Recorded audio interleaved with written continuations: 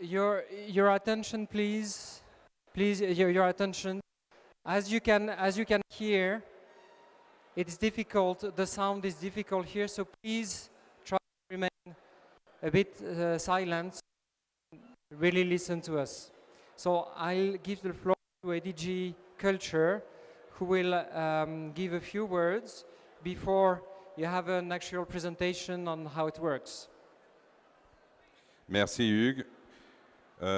Welcome.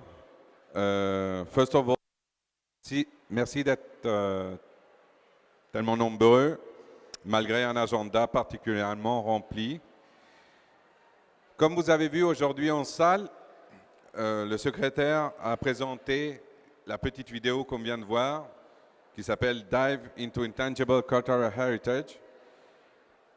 Comme vous savez, vous êtes les principaux acteurs de cette convention pour la sauvegarde du patrimoine immatériel.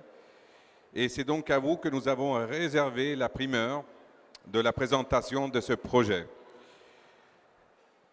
Nous sommes convaincus que les outils que nous allons présenter maintenant ouvrent des nouvelles perspectives pour pouvoir travailler et la manière d'appréhender le patrimoine culturel immatériel inscrit sur les listes de la Convention de 2003.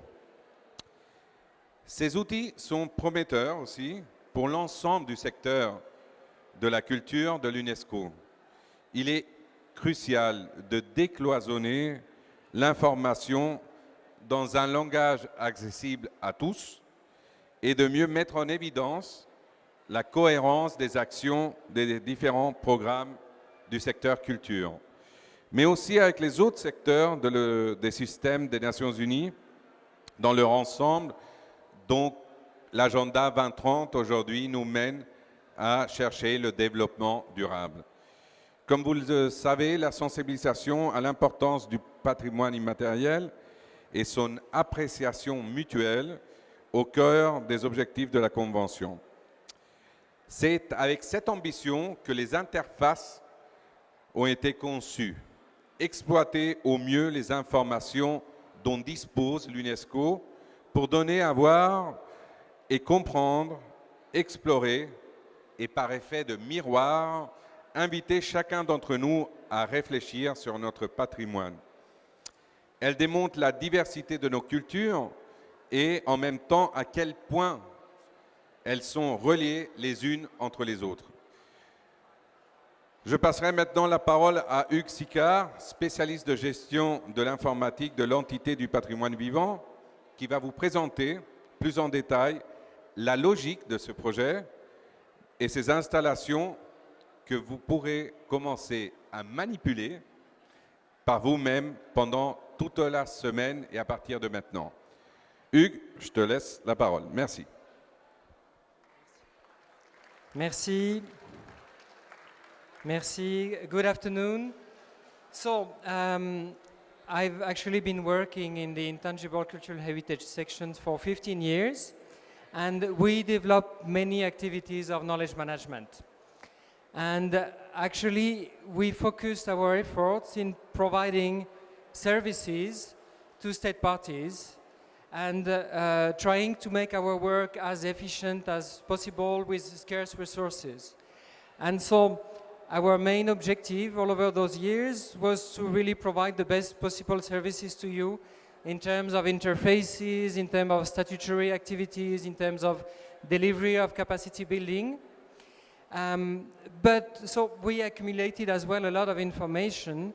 However, within all the information system we developed, where is the ICH?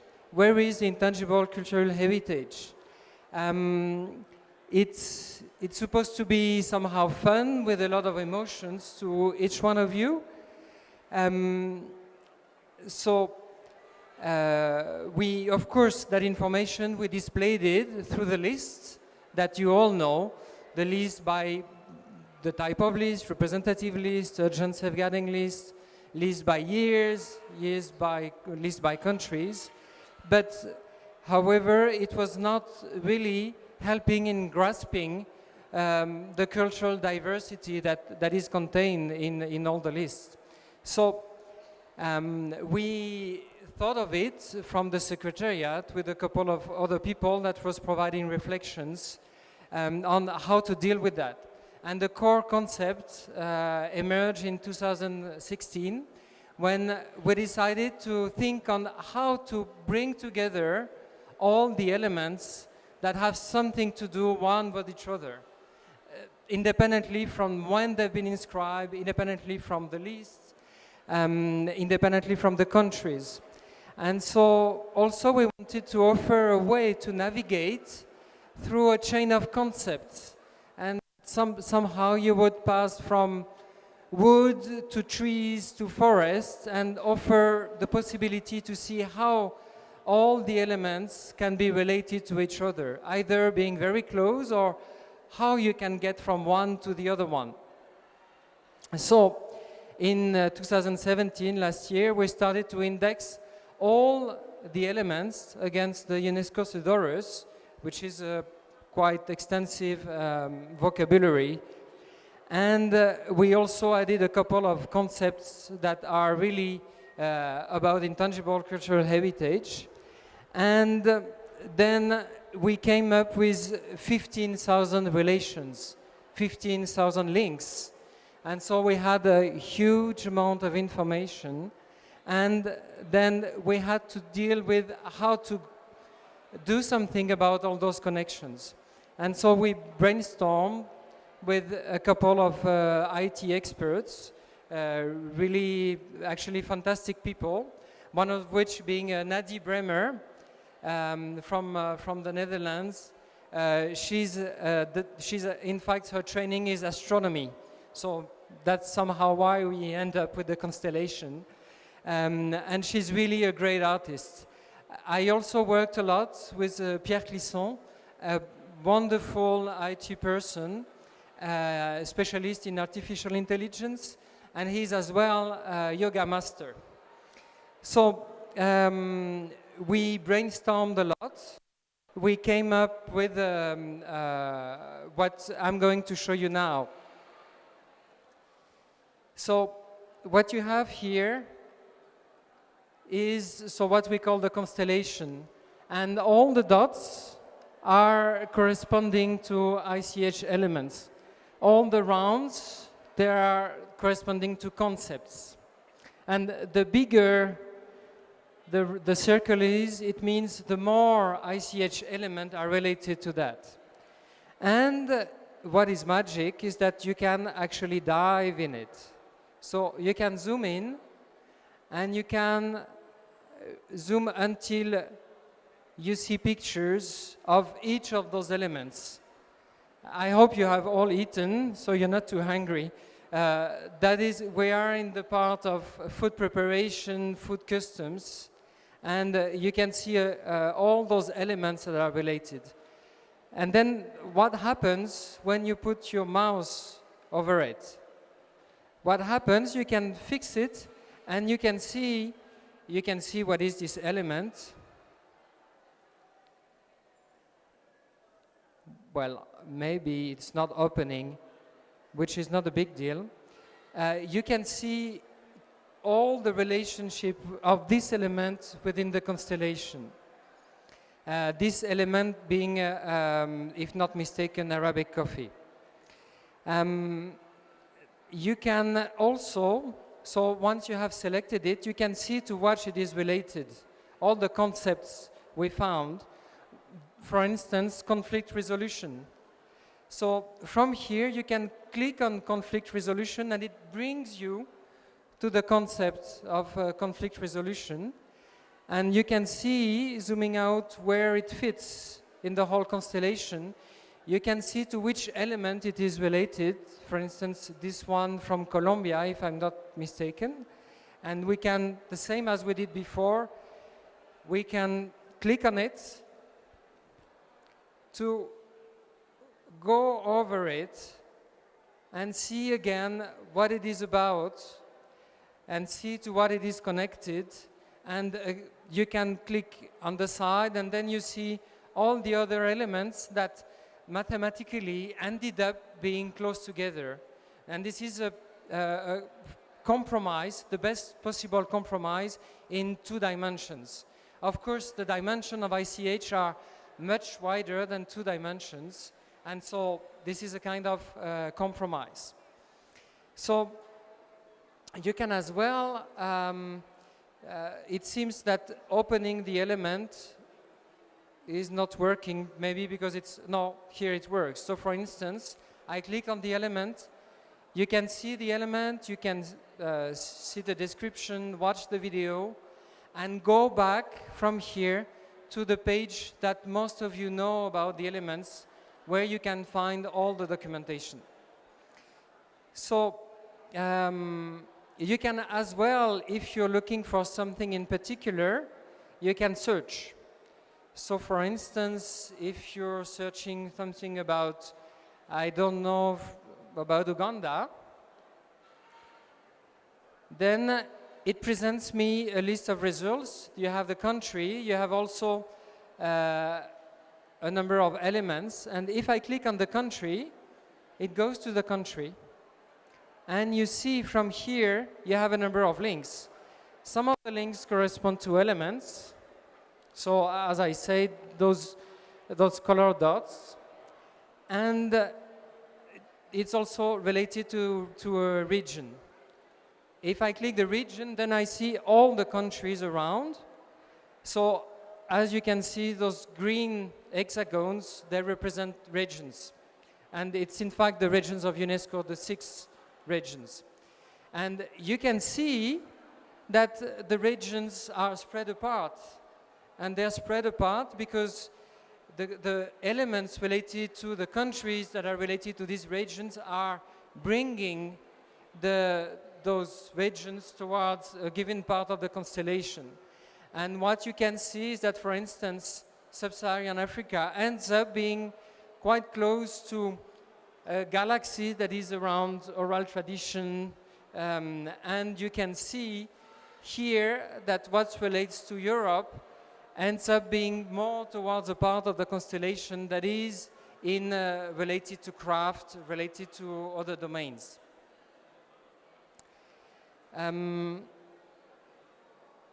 So as I was telling you, this is only 2 dimension. I cannot make it in 3D. Maybe next time, but even with 3D that would not be enough. So we had a number of questions we wanted to answer, and our curiosity, or see what we could do with this data. We envisaged to make links to the Sustainable Development Goals, but it is actually complicated because each element, each development goal is related to many elements, and the elements to many. So we will try to do that, but we were not ready for this one. But we're ready for this one. Living heritage and nature. And so the idea of this one, we placed around here each of the major biome, so it means type of ecosystem. And so you have here what is related to agroecosystem, and then grassland, and then forest, and then inland wetland, the sea, and you have urban areas below. And some elements are related really to a given ecosystem. Some other elements actually are shared between different ecosystems at the same time in the mountain, but in a city. And so if we go here, for instance, close to the mountain, so you can see from far, if you put your mouse over, it gives you an idea to what it is related. And when you zoom it more, again, you can see what are the elements. And it's funny to see that close to the mountains, you have, for instance, polyphony, whistle language, and the stuff that is, you can a bit understand why it ends up being here. You can go towards the sea, and we added in this visualization all the concepts that are related to nature or natural resources. So again, you can search from here For instance, well, Weaver, you had already seen it. I'm fond of trees. Many people know that. Oh, okay. And so we're going to trees. And we can see from here that it's related to some elements, but of course it is related to bark. Of course it is related to wood. Of course it is related to the major biome that is forest. Then Tim, I don't know if Tim is still here, but Tim had another question. What about the threats? What about the risk? Is there a way to grasp visually what is threatening ICH? You all know that this is a very difficult question. It is very subtle, it's many things and very specific things at the same time. So we hired someone that many of you know, the first secretary of the convention, Rick Smets, to analyze all the elements inscribed on the urgent safeguarding list and to check against the file to what are the threats, how states, how communities define what is threatening their own heritage. And so we had many difficulties. It was certainly the trickiest part, and that's why we say that it's still experimental, also because it's a bit sensitive. But still we were ready to show it to you, and this is what it looks like, a totally different visualization. You have on top, you cannot read because the definition of the screen is not great, but you will be able to see from better screens how to read. And so what is this? For instance, we have here lots of objects or systems. And in here we have lots of ancestral language. If the language is disappearing, then of course it has an effect on the intangible cultural heritage of concerned communities.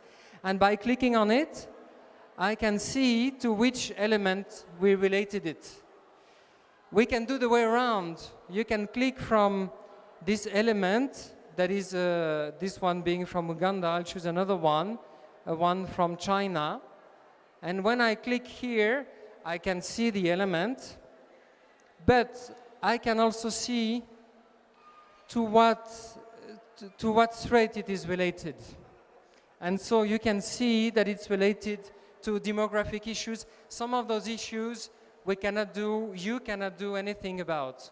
Some of those issues you may be able to do it, but at least it gives you an idea of what is threatening the ICH. And we grouped to ease you, to facilitate a bit the navigation. We grouped those threats into different categories that you'll be able to read, and I hope you'll enjoy the installations. The one of the middle is a bit special. It is named after a lot of debates, weekend practice and transmission. The idea, and you can see that all the elements in the urgent safeguarding list are related to this category. It's in fact symptoms of problems. And so in there, if you have only aged practitioners, of course it's a problem. You have to try to transmit, but it's also a symptom of something that is not that, that vivid. And so you have in this category age practitioners, diminishing participation.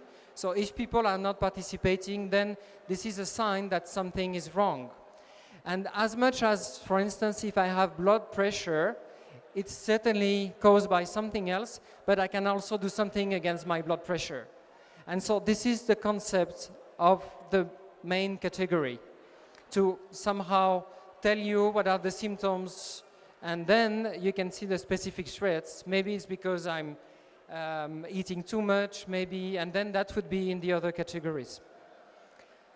So then we've done this visualization only on the urgent safeguarding list because we have the data. I mean, we have the data that you provided. We looked at the nomination files, we cross-checked against the periodic reports. We didn't have such information for representative list elements. And so we could not do a systematic approach.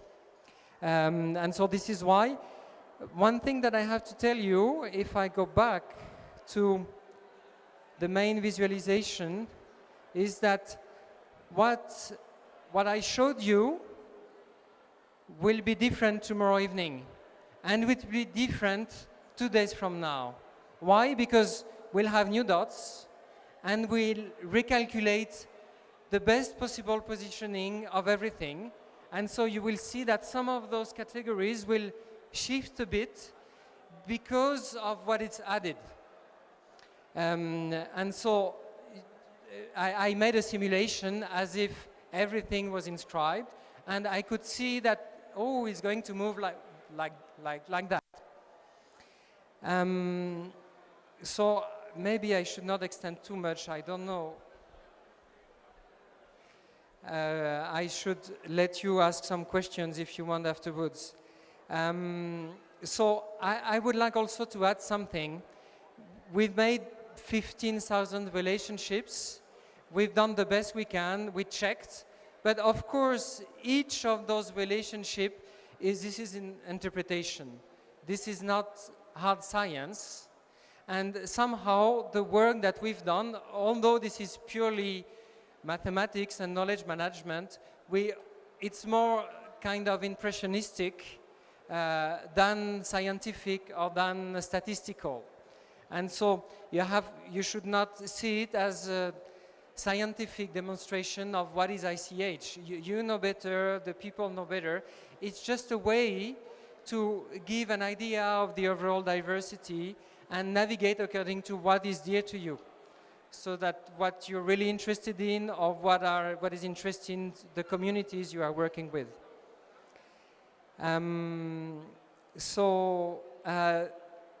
This is already online. I released the page just before the presentation. So from the home page, you can already click to go directly to those visualizations.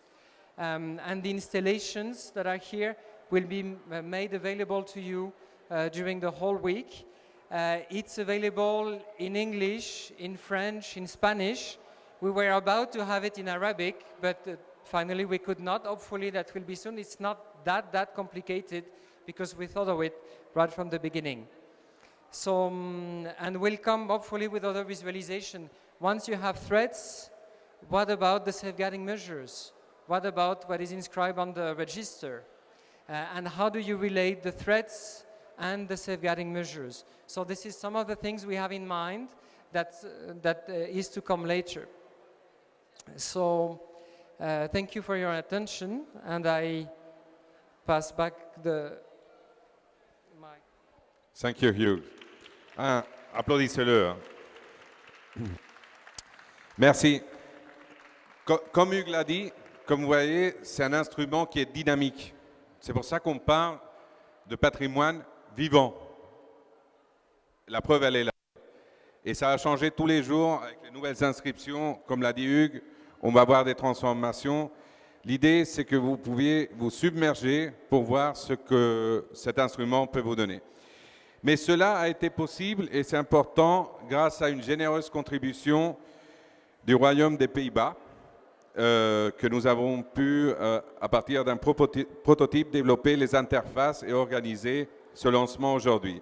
Donc j'invite Madame Riet de Leuve, Senior Policy Advisor Heritage and Arts du ministère de l'Éducation, de la Culture et des Sciences des Pays-Bas, à nous dire quelques mots. S'il vous plaît.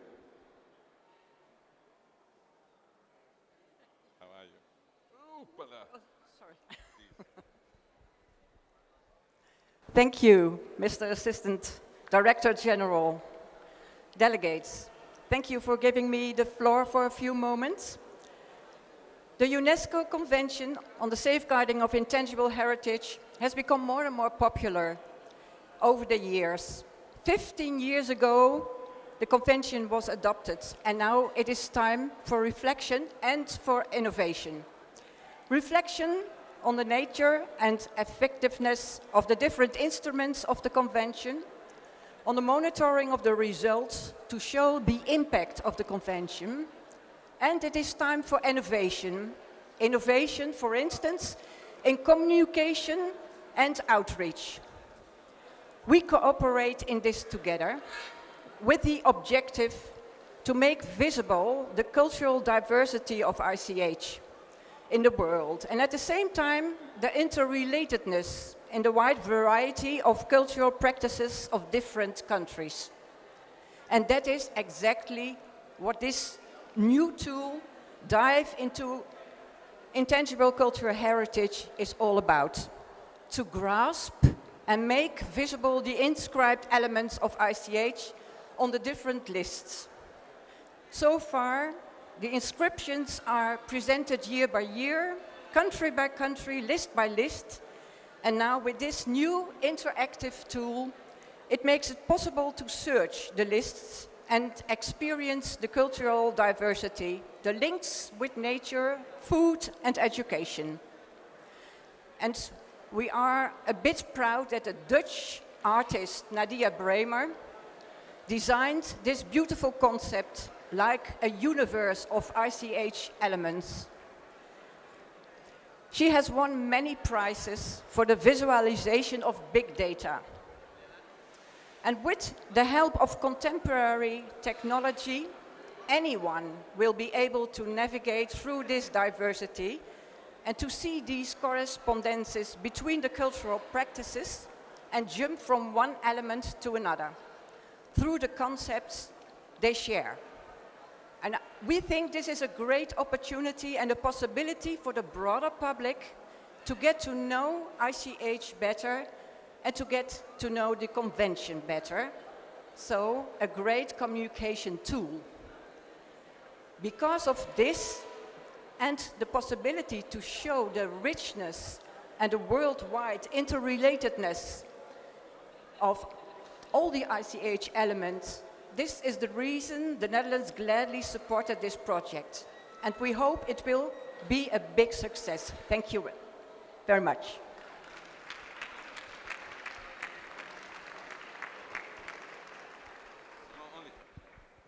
Thank you again, the Kingdom of Netherlands, to have so quickly accepted to support this initiative.